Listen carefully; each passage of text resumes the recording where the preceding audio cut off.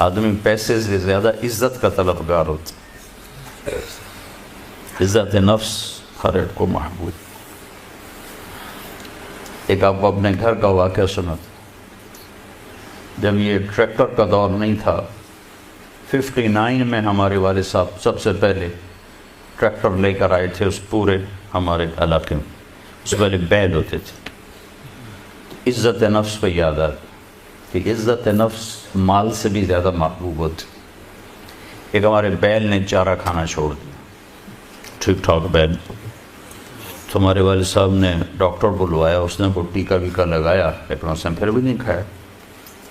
تو ایک ہماری برادری کا دیسی حکیم تھا، اس کے پاس اس زمانے میں راستے ہوتے نہیں تھے. تو والد صاحب نے گھوڑے پر نوکر کو بھیجا جو اس کو اٹھا کے لایا. اس نے بیل کو دیکھا، کہنے کا میاں صاحب اس کو پٹھے کون ڈالتا ہے چارہ؟ کہا جی یہ ہے ہمارا کسائی، دتو کسائی. اللہ دیتا نام تھا، دتو کیا کہتا ہے، دتو کسائی. اس کو بیل کے آگے بٹھایا اور جوتا اتارا اور 5 جوتے اس کے سر میں مارے. پھر کہنے کا اب چارہ ڈالو. جب چارہ ڈالا تو وہ بیل کھانے لگا. یہ میرے گھر کا واقعہ ہے، کوئی سنا ہے. تو میرے والد صاحب حیران ہو کر کہنے لگے ایک ہی وہ. کہا جی میں نے اس کو چیک کر لیا تھا، اس کو کچھ نہیں تھا. یہ آپ کے نوکر نے اس کو کہیں کوئی ڈنڈا سوٹا مارا ہے. تو وہ غصہ کر گیا تھا کہ میں اس سے کیسے بدلا دوں. تو اس نے غصے میں کھانا چھوڑ دیا کہ میری عزت کو اس نے خراب کیا. اب اس کی آنکھوں کے سامنے 2-4 جوتے میں نے مارے تو وہ خوش ہو گیا.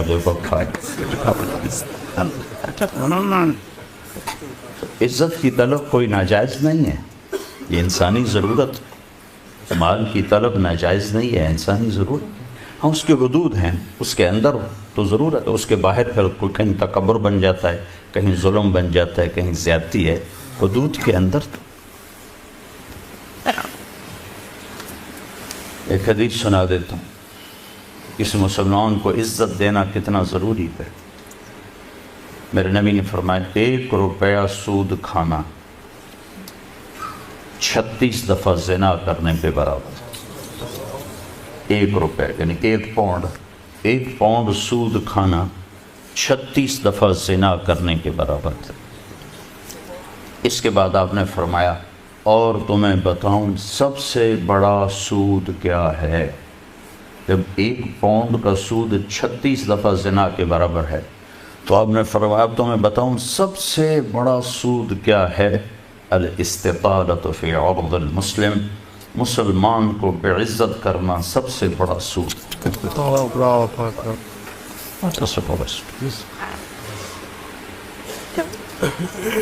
تو نوکر آپ کو پروٹوکول دیں گے، خوشی ہوگی، جنت سے بڑھ کے خوشی ہوگی.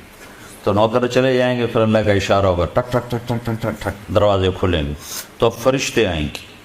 والملائکۃ یدخلون علیہم من کل باب. اب یہ کروڑوں کی تعداد میں آئیں گے، کہیں گے سلام علیکم سلام علیکم سلام علیکم. چاروں طرف سے جب سلام ٹھوکیں گے کہیں گے بھائی تم نورانی مخلوق ہمیں سلام کیوں کر رہے ہو؟ کہیں گے بما صبرت، وہ جو آپ نے لندن میں صبر کی زندگی گزاری یہ اس کے بدلے میں ہمیں اللہ نے راجہ و سلام کر. غفلت کے دیس میں آپ نے بیدار ہو کے زندگی گزاری، اندھیر نگری میں آپ نے اللہ کو سامنے رکھ کے زندگی گزاری. جب چاروں طرف شراب اور زنا عام تھا آپ نے اللہ سے ڈر کے زندگی گزاری. سلام سلام سلام. تو فرشتوں کے سلام ان کو ہوا میں اڑا دے گا. یہ میں پہلے دوبارہ کہہ رہا ہوں کہ عزت نفس، عزت کی طلب بہت بڑی طلب ہوتی، مال سے بھی زیادہ، ڈگریوں سے بھی زیادہ. تو فرشتوں کا سلام انہیں ہوا میں اڑا. فرشتے ابھی وہ اس سلام کا مزہ لے رہے ہوں گے کہ فرشتوں نے سلام. اور آئیڈیل ہوم بتا رہا ہوں، آئیڈیل. ایک دم میرے رب کا عرش ایسے کھلے گا، ایک دم نور بھی نور چھا جائے. جب ایسے آنکھیں اٹھا کر دیکھیں گے واہ واہ واہ، اللہ سامنے ہوگا اور اللہ کہے گا سلام قول من رب الرحیم، اب تمہارا رب بھی تمہیں سلام پیش کرتا ہے۔ اور پروٹوکول کی آخری حد، تمہارا رب تمہیں سلام پیش کرتا ہے، سلامان قولا من رب الرحیم، رب رحیم، اے میرے بندو، اے میری بندیو جنہوں نے دنیا میں مجھ سے ڈر کے زندگی گزاری، میں تمہارا رب تمہیں سلام پیش کرتا ہوں اور تمہیں مرحبا کہتا ہوں، تمہیں ویلکم کرتا ہوں۔ پھر میرے نبی نے فرمایا اللہ ہر ایک کا نام لے کر حال پوچھے گا، ہر مرد عورت کا نام لے گا، نام لے کر گئے کیا حال ہے، ٹھیک ہے، کوئی تکلیف تو نہیں، کوئی حاجت تو نہیں، کوئی پریشانی تو نہیں۔ تو جب یہ اللہ کو دیکھیں گے کہیں گے یا اللہ ہم تو تیری عبادت ہی نہ کر سکتے، ہمیں تو پتہ ہی نہیں تھا تو ایسے حسن و جمال والا ہے، کیا یہ ہو سکتا ہے کہ ہم تو یہ ایک سجدہ کریں جیسے لندن میں کرتے تھے؟ یہ وہی کہہ سکیں گے جو نماز پڑھتے تھے، جو نہیں پڑھتے وہ کیسے کہہ سکیں گے؟ کیا یہ ہو سکتا ہے کہ ہم تمہیں ایک سجدہ کریں جیسے دنیا میں کرتے تھے؟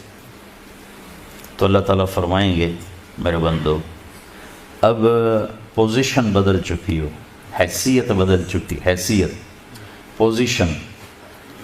یا لبو کیسے کہ دنیا میں تم بندے تھے اور میں تمہارا مالک تھا، تم نوکر تھے اور میں مالک تھا، ٹھیک، تم ایمپلائی تھے، تمہاری زبان، تم میرے ملازم تھے اور میں تمہارا مالک تھا، تو تمہارے ذمے میری مانگ کے چلنا، میری عبادت کرنا، نمازیں پڑھنا، روزے رکھنا تمہارے ذمے تھا۔